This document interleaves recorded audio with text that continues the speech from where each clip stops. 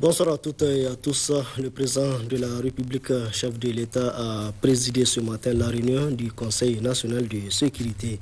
Organe constitutionnel, le Conseil national de sécurité donne au chef de l'État son avis sur toutes les questions liées à la sécurité. Les images.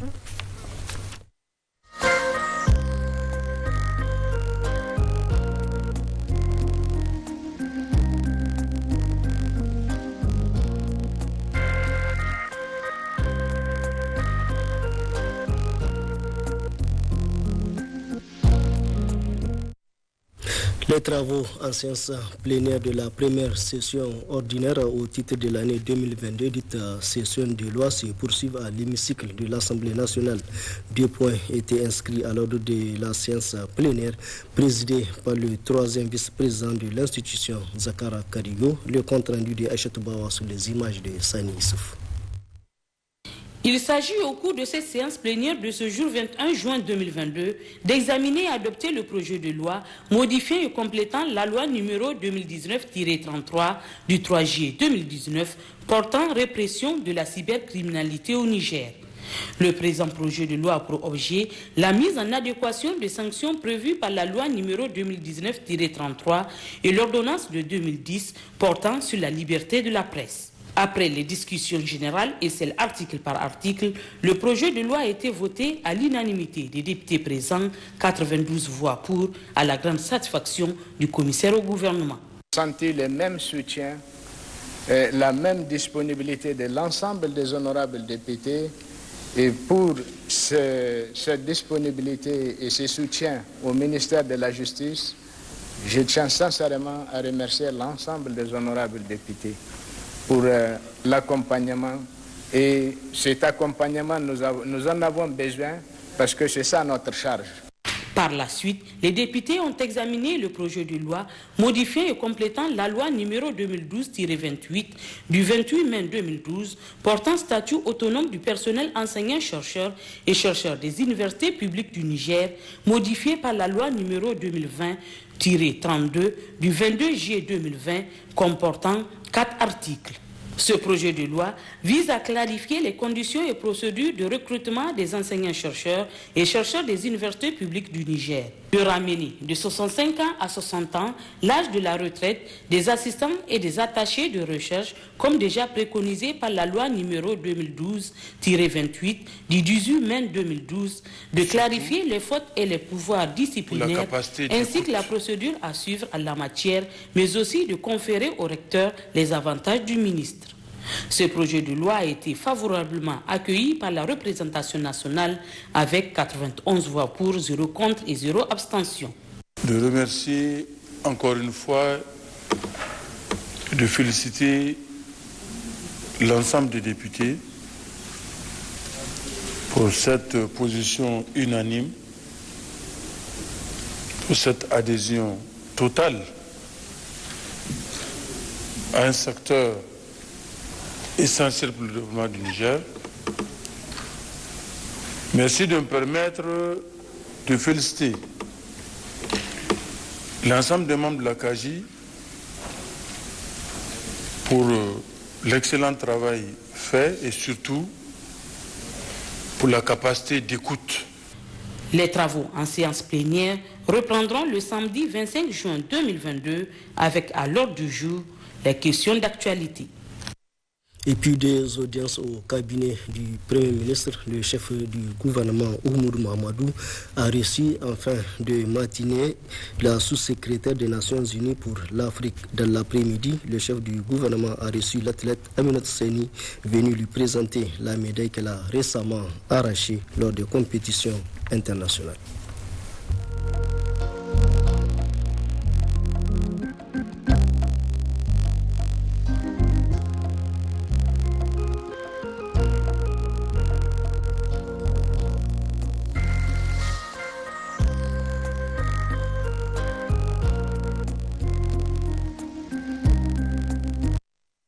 Après donc ces deux audiences, le Premier ministre chef du gouvernement Oumoudou Mahamadou a rencontré les responsables du commissariat à l'organisation du Hajj et de la Oumara Koho. Objectif à échanger sur les préparatifs du Hajj 2022. C'était en présence des membres du gouvernement. Le compte rendu de Lawali Moutari Maïnassara Issa Issa. Depuis quelques jours, la question du Hajj 2022 taraude l'esprit des Nigériens en laissant planer une inquiétude profonde quant à certains aspects liés à l'accomplissement de ce rite religieux. C'est donc pour lever tout équivoque que le Premier ministre chef du gouvernement a invité les responsables du commissariat à l'organisation du Hajj et de la Oumara Koho à venir lui faire l'état des lieux. Il a été question là d'abord d'annoncer au gouvernement l'effectif, le quota de 7194 que l'État saoudien nous a octroyé cette année. Et qu'à la date d'aujourd'hui, ce qu'il faut dire, c'est que nous sommes enfin prêts pour le départ de nos pèlerins. La date est prévue pour le 23 juin 2022. Et nous avons un minimum de 12 dotations d'avions pour transporter nos pèlerins en Arabie Saoudite. Le prix du Hajj au Niger, c'est dans le prix a été fixé à 3 281 000. C'est l'un des meilleurs prix de la sous-région. Quand vous regardez un peu d'autres pays qui nous entourent, les prix tournent autour de 4 millions. Ainsi, dans son exposé, le commissaire du Koho a brièvement rappelé les conditions dans lesquelles vont se dérouler les Hajj 2022. Il a en outre annoncé le prix, mais également le quota réservé cette année par le pays hôte au Niger. Les membres du gouvernement ont, après cette intervention, posé des questions à tour de rôle aux responsables du Koho qui ont par la suite répondu aux préoccupations posées. Oumoudou Mahamadou a enfin repris la parole pour encourager les responsables de cette institution pour le travail accompli jusqu'ici avant de rassurer les pèlerins nigériens sur tous les efforts consentis par le gouvernement afin que ce Hajj puisse se dérouler sans anicroche. Actuellement, c'est l'État qui subventionne tout ce qui est organisation du Hajj. Le fonctionnement de Koho, les missions administratives, les encadreurs, etc. C'est l'État qui finance tout ça. Et c'est une grosse contribution. Donc il ne faut pas penser que l'État n'a rien fait par rapport au Hajj. L'État a contribué. Et d'ailleurs, du reste, malgré ce prix relativement élevé, on a du mal à donner la place à tout le monde. Lorsque vous avez plus de 15 000 pèlerins en attente et que vous n'avez que 7 000 places, c'est évident qu'il y aura toujours des gens qui ne seront pas satisfaits. Qu'à cela n'en tienne, ce que les autorités saoudiennes on dit à notre mission exploratoire, quand vous aurez rempli votre quota, on verra la possibilité de vous donner un quota additionnel. Il est à noter que les vols sont prévus débuter le 23 juin prochain et s'arrêter à partir du 29 juin 2022. Restons donc au cabinet du Premier ministre pour signaler qu'en fin d'après-midi, Oumoudou Mahamadou a clôturé son agenda par un séminaire gouvernemental qu'il a présidé par rapport aux conclusions émises dans le rapport général de la Cour des comptes au titre de l'année 2021. Retrouvons Lawal Moutari Maïnassara Issa Issa. C'est connu de tous, le rapport général public 2021 publié récemment par la Cour des comptes, conformément à sa mission, a mis à nu certaines indélicatesses constatées dans la gouvernance politique, économique et administrative dans plusieurs entités publiques de notre pays. Hélas, ces pratiques qui vont à l'encontre des orientations formulées par le président de la République, chef de l'État, n'ont pas laissé le chef du gouvernement insensible. Ce rapport donc 2021, dont nous avons tous reçu la copie, contient un certain nombre d'éléments mettant en cause la bonne exécution de la dépense publique dans les administrations centrales et déconcentrées, les entreprises publiques, les collectivités territoriales, les programmes et projets. Il ressort donc de ce rapport de la Cour des comptes un certain nombre d'observations que nous allons partager, ainsi que des recommandations auxquelles nous devons apporter une attention particulière. D'ores et déjà, nous avons donné des instructions pour mettre fin à des dépenses sans ordonnancement préalable qui ont fait l'objet de recommandations dans ce rapport de la Cour des comptes.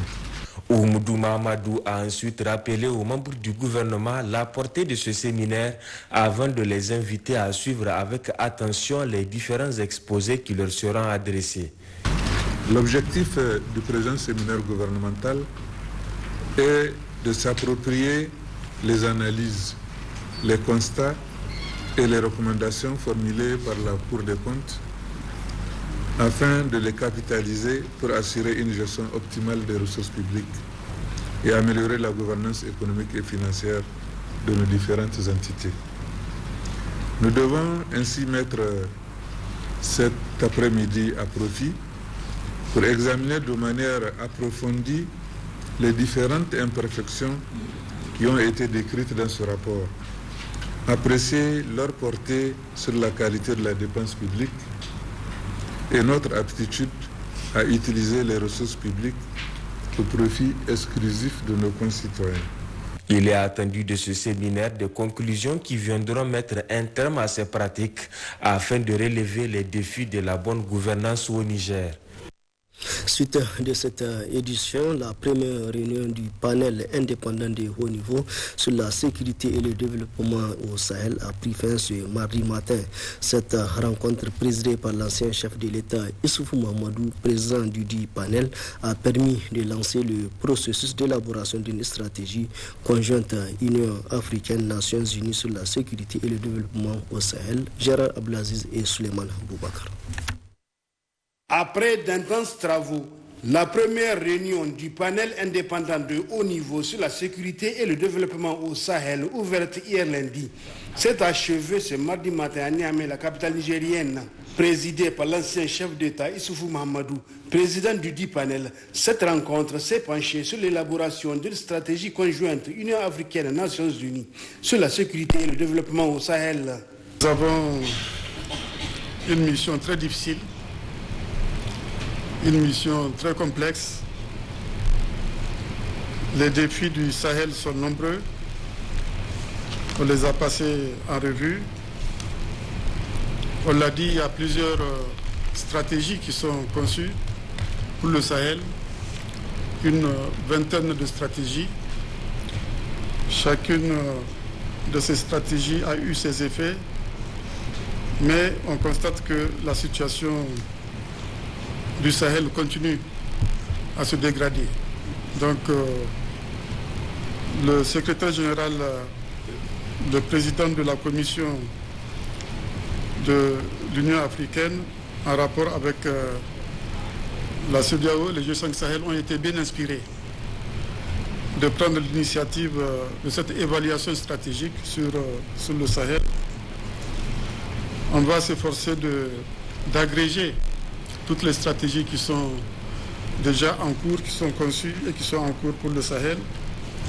Mais comme on l'a dit, il ne s'agit pas de faire une stratégie de plus. Il s'agit de concevoir des stratégies qui puissent être efficaces, qui puissent répondre effectivement aux défis auxquels la région est confrontée. Ça veut dire qu'il faut beaucoup innover. Il faut aussi avoir une certaine audace pour sortir des chemins battus, et il n'y aura pas de sujets tabous, de sujets qu'on ne pourra pas aborder. Je compte beaucoup sur vous pour continuer à m'appuyer dans la conduite de cette mission. Et comme je l'ai dit, une étape importante, ça sera le choix des experts indépendants.